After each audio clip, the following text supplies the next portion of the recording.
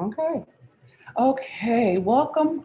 Let me get myself situated. Alrighty. And we shall begin. Welcome, welcome, welcome, everyone. Dr. Venus here. And we are talking about Black men shooting Black women and saying we lying about it. So, ugh, I'm tense. I'm tense. I'm a little frustrated with the whole situation, right? And the reason being is, let me say it different. Earlier this summer, we had a situation of domestic violence with a famous person who was accused of beating his wife. Okay, and I did a live about it. I really want to do this now. You want to fight when we need to unify? You just couldn't wait. Or why are you hitting her? Right, like that. And we kind of make a joke of it, but not really. And then Megan Thee Stallion got shot in her foot twice. Um, and got joked about it, got ridiculed about it. Okay, and and the young man who said that the person who is accused, the rapper, I'm not going to go into all that, but start posting stuff saying she had beat him and this, that, and the other, and try to villainize her until she got on Instagram Live and she set the record straight, right? And so the thing is, she didn't tell and this is one reason I want to do this, because I know a lot of women do this, all right? And I know I have done it. And you have to look to see if you have done it too. But as Black women, when the cops show up, we get stupid. When we have to go to the hospital, we don't tell the whole truth. And if a Black man harms us, we do our best to not villainize him, to not get him in trouble with the cops, okay? So when Megan Thee Stallion said that she didn't tell because she was trying to protect, and I'm clear there were other people in the car. She was there, another person, the security, and it was a whole upset in the car. And I'm not suggesting that other people couldn't have been shot. This is not my point. The only thing I'm talking about right now is Megan protecting Tory. That's the only thing I'm talking about. I just need to talk to you about Black women who take the hit for Black men, no matter what. That's all I'm talking about today. Now, before I get all up in this, because I know I'm gonna get hot, I've got some resources for you. I have, please make sure you start sharing. Please share, please tag, please share, please tag. We have some voting stuff up here. I need to make sure we vote. And and I have a master class that I'm doing tomorrow that I'm gonna pull some of that from today to this conversation, because I'm dealing with this whole historical wound around Black women being hurt. Whole thing, right? So, I just want to put that in so I don't have to remember it, because I'm gonna start flowing in a second. But okay, God, help me. Okay, bless God. So let's go back in time a little bit. Let's just go back, say 400 years. Let's just go back, okay? And if you think about the history of slavery in North America, and I'm confident it's all over the place. I'm clear about that, all right? But I'm only focusing on my research as an identity theorist, as a Ph.D. from Stanford. Okay, this is my thing, right? What I want to really talk about is, why is it that when a Black woman screams, or a Black woman's no is not honored, or a Black woman is hurt or silenced in any capacity, or speaks up in a big way, right? Why is it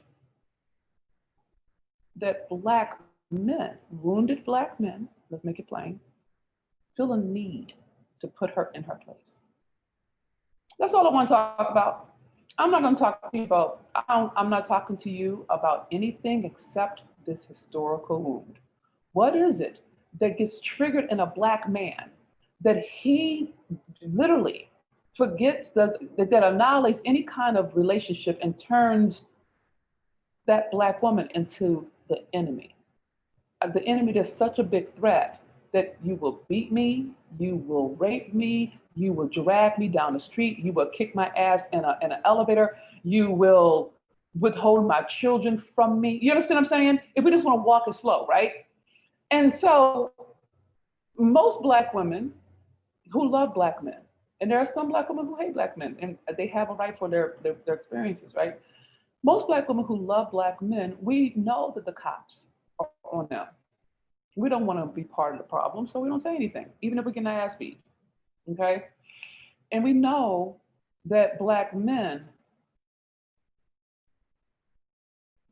live in a white society and are doing the best they can.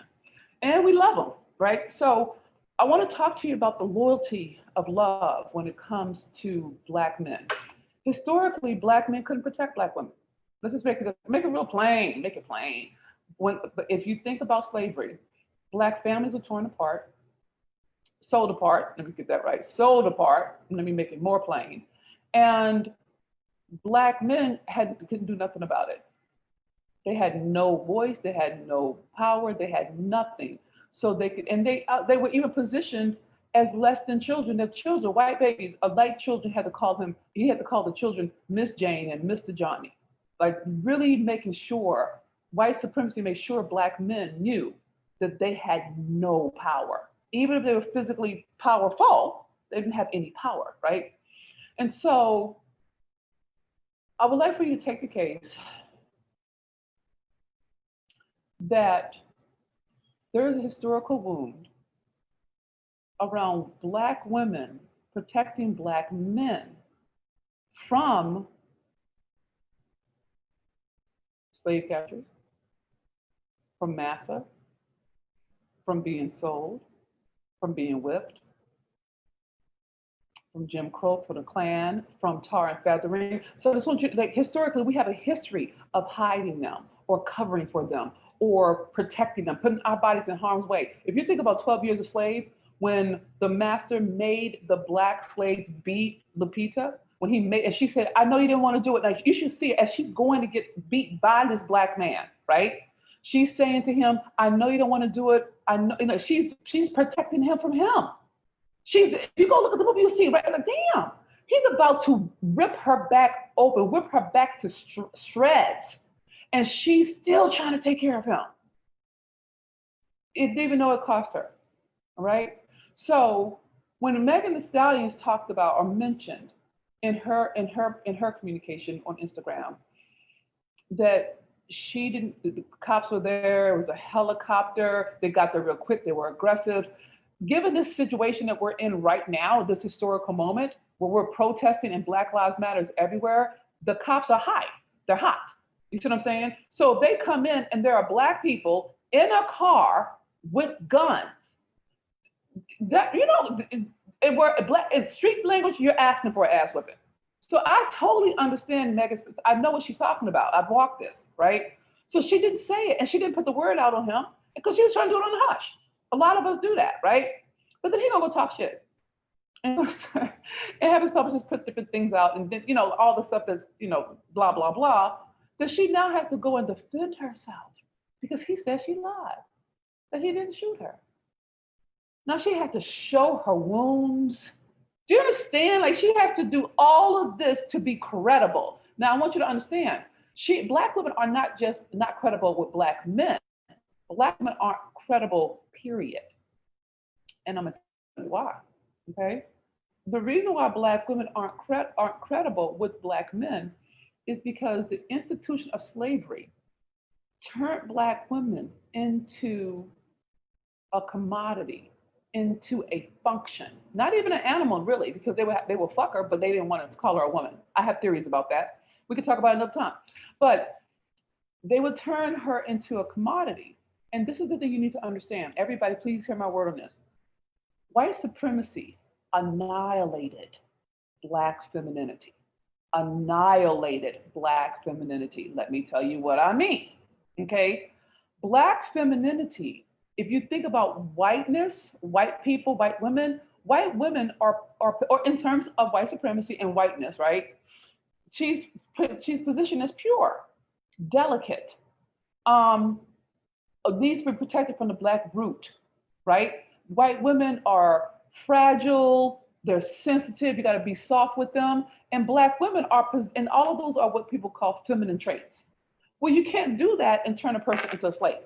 So you have to turn her into a commodity. You have to turn her into a thing in order to use her body to produce labor, free labor for you. Okay? So that means she can't be delicate.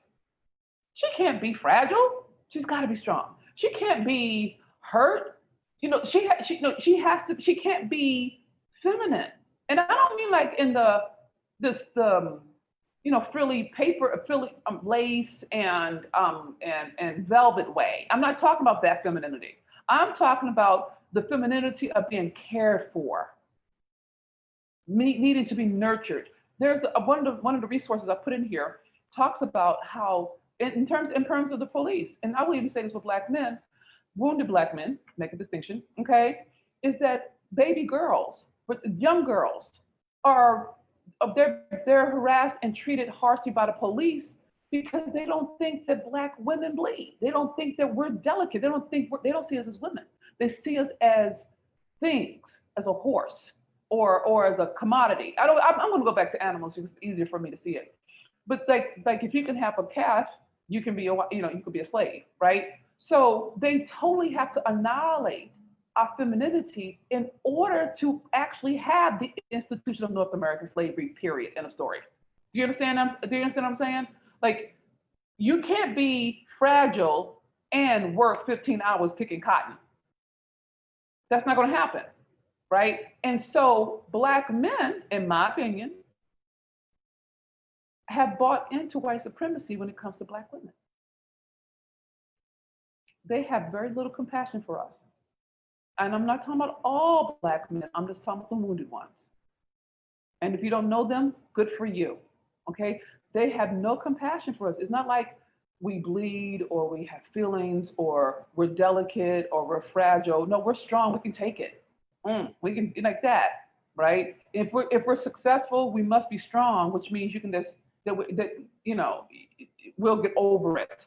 You see what I'm saying? So that historical wound didn't get healed. Now here's the part that matters, okay? Black women, and this is what I believe, Black women so want Black men to be good. We so want them to win that we keep giving them the benefit of the doubt. We keep trying to save them, to protect them, to cover for them. And I want you to know this as a as a cultural practice. I'm not talking about domestic violence covering. I mean, have you ever heard that phrase, Black mamas love their sons but raise their daughters? That is what I'm trying to express. We as a group, we give Black men a lot of passes, but Black women were really hard on one. We were very, very, very hard on Kamala. I hope I said it right, Senator Harris, right? Because she's not the right kind of Black. She's a bougie Black. She's not really Black. She's Indian. I mean, like all that. But because she's successful and we throw darts, because we have this whole thing that Black women are strong. But that's all left over from slavery. It was designed to keep us working, slaving. Okay? Work while you're sick. And if you look in your life, you can see you do it now. You do it at work, you do it with your kids, you do it with COVID, you know what I'm saying? You do it whatever. But this whole thing of you put other people first, that's slavery. You sacrifice for everybody else, that's slavery. You cover for him, that's slavery. Okay? So we have gender and we have patriarchy. All right? We have race and patriarchy. So race is the skin stuff that's been weaponized, all right? And the patriarchy is that within our own culture, Black men have taken Black men masculinity was born in the belly of white supremacy. So you see them enacting the exact behavior and position from the beatings to the shootings to the whippings that were acted out on them, acting it out on Black women. Ain't nothing changed. Because power for white supremacy equals obedience. It equals control. It equals acquiescence. And when a Black woman speaks, who knows her worth, who knows her power, the moment she speaks in authority, the Black man gets threatened And now he has to express that he's a man, and that's when things escalate. Because where he's back to is like back on the plantation, being put over a barrel, right? So this is a real important distinction to make, because until we take on healing us, really, healing our wounds, we'll keep this going. And this thing, and it always happens. It damn sure escalates when we're in a crisis. If you think about the Black Arts Movement, the Civil Rights Movement, if you think about anytime there's been crises, the domestic violence in Black neighborhoods goes up. Why do Black men feel the need to hit Black women when things are bad? It's a historical wound. It's a historical wound. It's a historical wound. I know you're going to get sick of me. I know you're going to get sick of hearing me say that. But it's not an excuse, not by any means. Okay? It's not an excuse at all, right? But it's a, what can I say? It's not an excuse. It's the source. And if you don't start getting to the source and the root of things, then you'll always be tending to the symptoms instead of the root. And the root is that we have a wound. There's two wounds that get reactivated very frequently between Black men and Black women. Black women need to be heard. Black men need to be respected. Those are wounds, right? And I think of Sandra Bland. When she started to talk about her rights, the white men escalated. And 3 days later, she was dead. Because she knew her rights, but she was speaking up. She was talking back to massa. In that cosmology, in that universe, in the whole system of North American child slavery, in the logic of white supremacy, that equals death. That's literally what it means. If you think about just any kind of equal talk, that's a historical wound, right? So what I'm contending with for us and with us is, and it's a real question. I would love for Megan Thee Stallion to really contend with it in a loving way. What would it take? And it's a real question, y'all. What would it take for Black women to love ourselves more than the people we love? What would it take? Like, I'm going to make up a made-up scenario, not even the truth, okay? So let's say that they have the same situation and they're in a car, Megan and the 4 people, and things are getting hot and heated, okay? And what's predictable is that when I get hot, I escalate. I talk much shit. You know what I'm saying? I do. You know, I throw gasoline on it, right? And what if Megan never got in the car with him because she had noticed his behavior before, demonstrated that he had something going on? I'm just making that up. I'm just saying, not a blame, just saying something. I'm looking at a self-love question, a very, very, very self-love question. What would it take for us to take care of us instead of taking care of him? It's a real question, right? And I'm really breaking it down, because when she said that she didn't want to get other people in trouble, that's the wound. That's not the same as I didn't want to get shot. I didn't want to go to jail. Now, I'm clear she was scared and she said that, but it was a very clear moment in her communication when she said, as a Black man, you know, all the shit's going on. And he also had a warrant out for his arrest. I mean, he had a warrant, I believe, in June for concealed weapon, right? And so everything is everything is heightened, right? But I wonder, what would it take for us to look out for us the way we look out for him, or look out for them? So this is okay. So I want y'all to hear. Let me talk to you a little bit about femininity. I don't think femininity means being soft. I don't think femininity means being passive. I don't think femininity means being girly girly. And all of that's great. The way I'm talking about femininity is not softness. I'm talking about femininity as a social position. And it's something I get into deep in my master class, Healing History. Okay.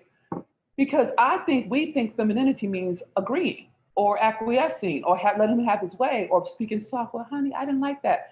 That's not what I'm calling femininity. That's not how I'm using the term.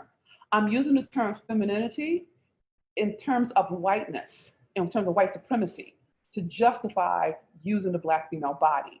So you would have to make her not white. You would have to make her the exact antithesis of how white women are seen. Now we've seen enough videos of Karens to know that these chicks are not fragile. Does that make sense? We know that. But what I'm pointing to is not about acquiescing. I'm pointing to healing so deeply that you're not disrespected by his wounds. That is a different conversation. I'm not trying to change his behavior. I don't need to change his behavior. Only God can change his behavior. Okay? If I feel disrespected, there are two things I have to deal with. What the hell is the wound? Where did that come from? Because it didn't start with him. Do you see what I'm saying? It didn't start with him. I call it a historical artifact. Anytime you get upset about something, take the case as a reminder of something that happened before that you never got resolved. Okay? And when you get triggered, that's when you escalate. That's when you have to speak your piece because now you feel disrespected. Okay? What I would like for you to consider is that you never had any agreements in the beginning to actually determine what the respect was for either one of you. I promise you, if you take the time, if you tell the truth, you can see that you have triggers, he has triggers, I have triggers, my mama has triggers. Don't worry about it. I think with that trigger, not a problem. The challenge is if you don't lay out clear conditions so everyone's on the same page, then I promise you, everybody can be feel disrespected just by walking in the door a certain way. Okay? So I'm not making light of being girly girly, but in the context of white supremacy, what I'm contending with is dismantling the triggers, the tripwires, the internal debits, dismantling the entire system so we don't react to them. And I'm going to tell you the benefit of, and this is the benefit of not reacting to them, there's room for them to grow. There's room for them to handle themselves. Because if every time you react, then that justifies them being shitty. Okay? So I'm really only talking about femininity in terms of power dynamics. Okay? And I'm really looking at it through the lens of white supremacy. I'm not looking at it through any other thing. And I don't want y'all to hear femininity like, speaking softly or being a nice girl. You know what I'm saying? No, that's still more patriarchy. That's still more, modeling white woman behavior because that seems to work. And it doesn't. It doesn't work, okay? And here's the thing, it may work for some people, but not forever.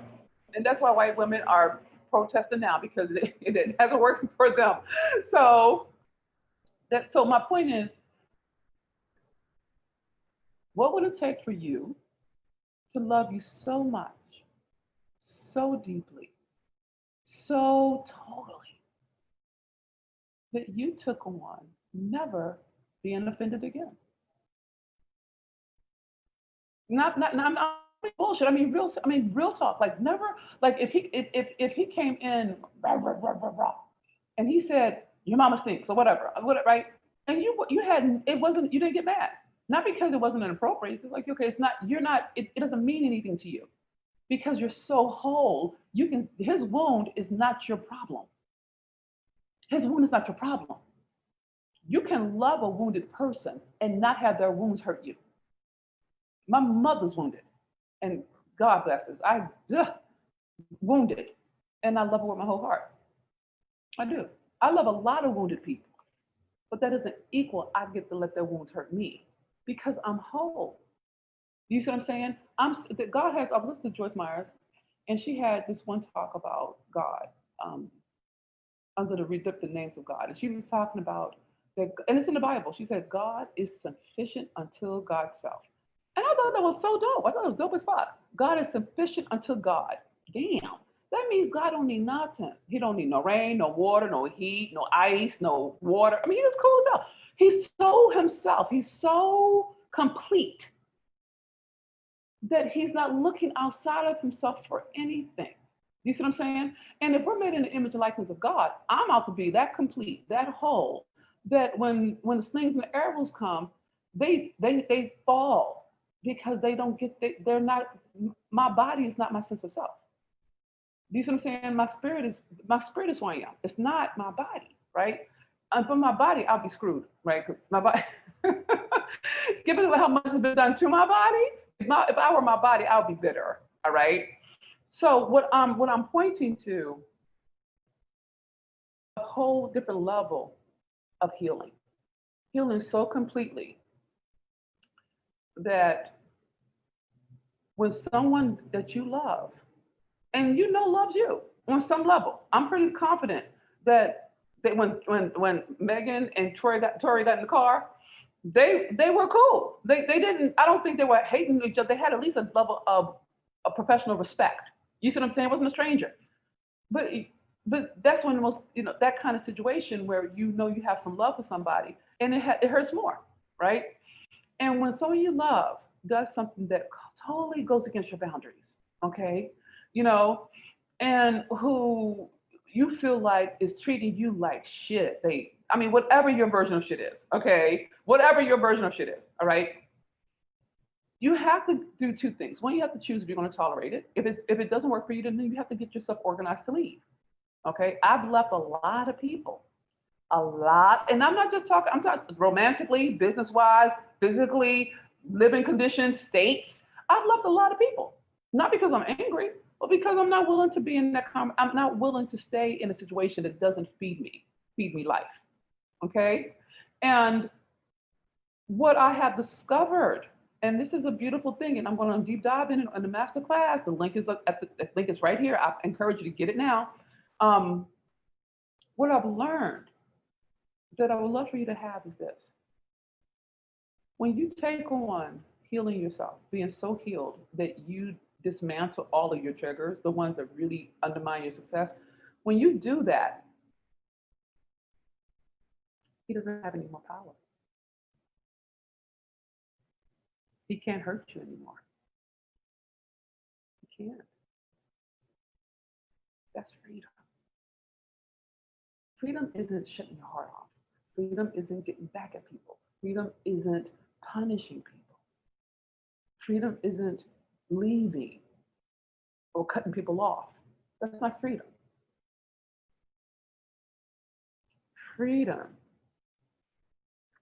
is when you can let somebody be exactly the way they are and exactly the way they are not, with no loss of power. That's freedom. That you're not a slave to their wounds. That's freedom. Because if you can actually let a person be exactly who they are and exactly who they are not, then you can hear the whispers. You can hear the next right action to take to fulfill your destiny. You see what I'm saying? You're listening for the destiny. You're looking for the window, the next right action that moves you forward in that which is yours to do on the planet, right? And so what the game isn't to change another human being. We ain't gonna change him. God will change him. That's between God. What we're playing the game of is fulfilling our destinies, doing what it is that we're supposed to do. And we can't do that if we're dancing with his wounds. If you haven't, check out Madam C.J. Walker's Self-Made, okay? And check up on it because it's a brilliant, brilliant, brilliant movie. And I'm probably gonna give a spoiler alert. Her husband cheats on her. Now she's dark skinned, he cheats on her with some light skinned girl who she was training, right? And so she was hurt, right? And so he kept trying to come back, try to make it right, blah, blah, blah. And she said no. But the thing that was really powerful about all of this was he sabotaged one of her big deals. He sabotaged it, y'all. He did. It was so clear. And she kept going. It didn't stop her. It didn't turn, it didn't, oh, if you think about Beyonce, when she went through Lemonade, remember Lemonade? If you think about Lemonade, then you think about, well, Beyonce had to go through all of that. And she told us the story about the betrayal, right? And then she didn't let it stop her. And she was willing to heal, which I'm like, damn. She said, my love is stronger than your pride. I said, damn, it makes me feel weak. You know what I'm saying? I want to get strong. I want to let my love be stronger than your pride. You know what I mean? But so she was willing to stay and work it out. Now they have to reinvent that entire relationship. You see what I'm saying? And Jay-Z talks about it. He talks about going to therapy and doing spiritual work and blah, blah, blah. But that was a Black man willing to do the work. And Will Smith and Jada Pinkett, they're willing to do the work. Not every Black man is willing to do the work. So if you're not willing to do the work, he's not for you. You are on an upward trajectory, baby. If he can't flow with you, then fuck him. And I mean, God, I should say that better. My point is this. You're sufficient unto yourself. You don't need him. But what you do need is you. And we need you whole. And once you're whole, you'll attract men who are whole. You'll attract partners who are whole. You'll attract the people that are right for the journey. And the people who aren't will fall off. They'll fall away. They'll take themselves out. This has happened to me so many times in my lifetime. It's hilarious. But the game of it is to love you more than you love him. And more than you worry about what they say. You have to love you more than your hope that he'll change. That means a real thing. And I'm deep diving into this tomorrow. I'm all up on this.